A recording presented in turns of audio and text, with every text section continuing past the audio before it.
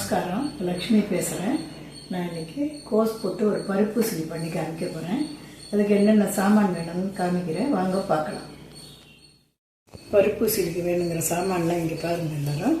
இதில் வந்து 1/2 கிலோ கோஸ் கட் பண்ணி வச்சுருக்கேன். துவரம்பருப்பு 150 கிராம் எடுத்துட்டுருக்கேன். கடலைப்பருப்பு 75 கிராம் வச்சுருக்கேன்.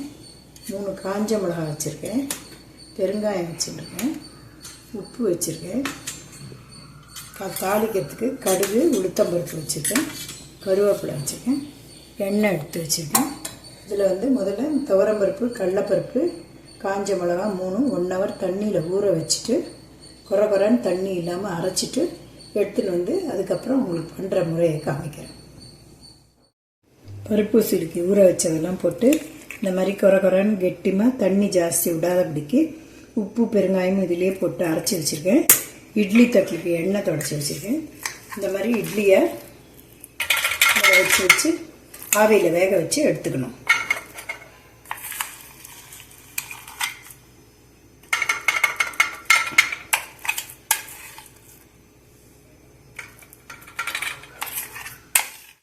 பருப்பு சிலுக்கு நம்ம வேக வச்சதுங்க இதில் ஆவியில் வேக வச்சுருக்கேன். இது ஒரு பக்கம் வெந்துருக்கு. ஒரு பக்கம் பாண்ட்லி வச்சு எண்ணெய் வச்சுருக்கேன். காய் வதக்கிறதுக்கு கடுகு போட்டிருக்கேன். கடுகு கொஞ்சம் வெடிக்கட்டும்.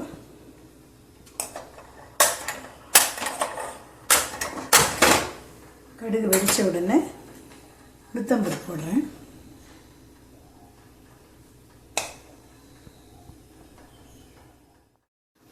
கடுகு வெடிச்சிட்டு இந்த உளுத்தம்பருப்பு போடுறேன். கொஞ்சம் பெருங்காயம் போட்டுக்கிறேன்.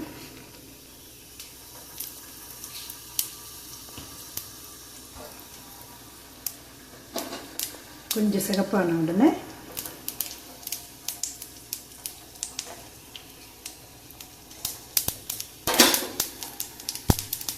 கொஞ்சம் சிகப்பாகட்டும். கருவேப்பிலை போடுறேன். கருவேப்பிலை வச்ச உடனே கோஸை போட்டு வதக்கி வச்சுக்கணும்.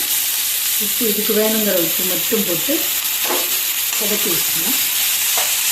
அதுக்கப்புறம் இது வெந்ததுக்கப்புறம் இது பண்ணுறதை காமிக்கணும்.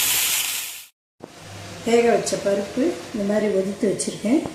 காய் உப்பு போட்டு வேக வச்சுருக்கேன். இதில் போட்டுட்டு எல்லாம் சேர்த்தி கலந்து ஒரு 2 ஸ்பூன் எண்ணெய் மேலே விட்டுட்டு ஒரு 10 நிமிஷம் வதக்கி எடுத்துட்டாக்க பருப்பு சிலி ரெடி. பருப்பு சிலி நீங்களும் பண்ணி பார்த்துட்டு சொல்லுங்கள். பருப்பு சிலி வந்து அதுவும் ஒரு பொரியல் வகை தான். ஆனால் வந்து பருப்பு வந்து அரைச்சி ஊற வச்சு அரைச்சி பண்ணுறது. இது எல்லோரும் பருப்பில் வந்து எண்ணெய் விட்டு நல்லா வதக்கிட்டு பண்ணுவேன். நான் வந்து இப்போ எல்லாருக்கும் எண்ணெயெல்லாம் ஆறுது இல்லைங்கிறதுனால ஆவியில் வேக வச்சு பண்ணுறேன். இது வந்து பீன்ஸு, கேரட்டு, குடமிளகா, காலிஃப்ளவர் எந்த காய்கறியில் வேணாலும் பண்ணலாம். நான் இன்றைக்கி கோஸில் பண்ணி காமிக்கிறேன். நீங்களும் பண்ணி பார்த்துட்டு உங்களுக்கு பிடிச்சிருந்தா கமெண்ட்ஸ் பண்ணுங்கள், லைக் பண்ணுங்கள், ஷேர் பண்ணுங்கள், சப்ஸ்கிரைப் பண்ணுங்கள். மீண்டும் வேறு ஒரு வீடியோவில் உங்களை பார்க்குறேன். வணக்கம்.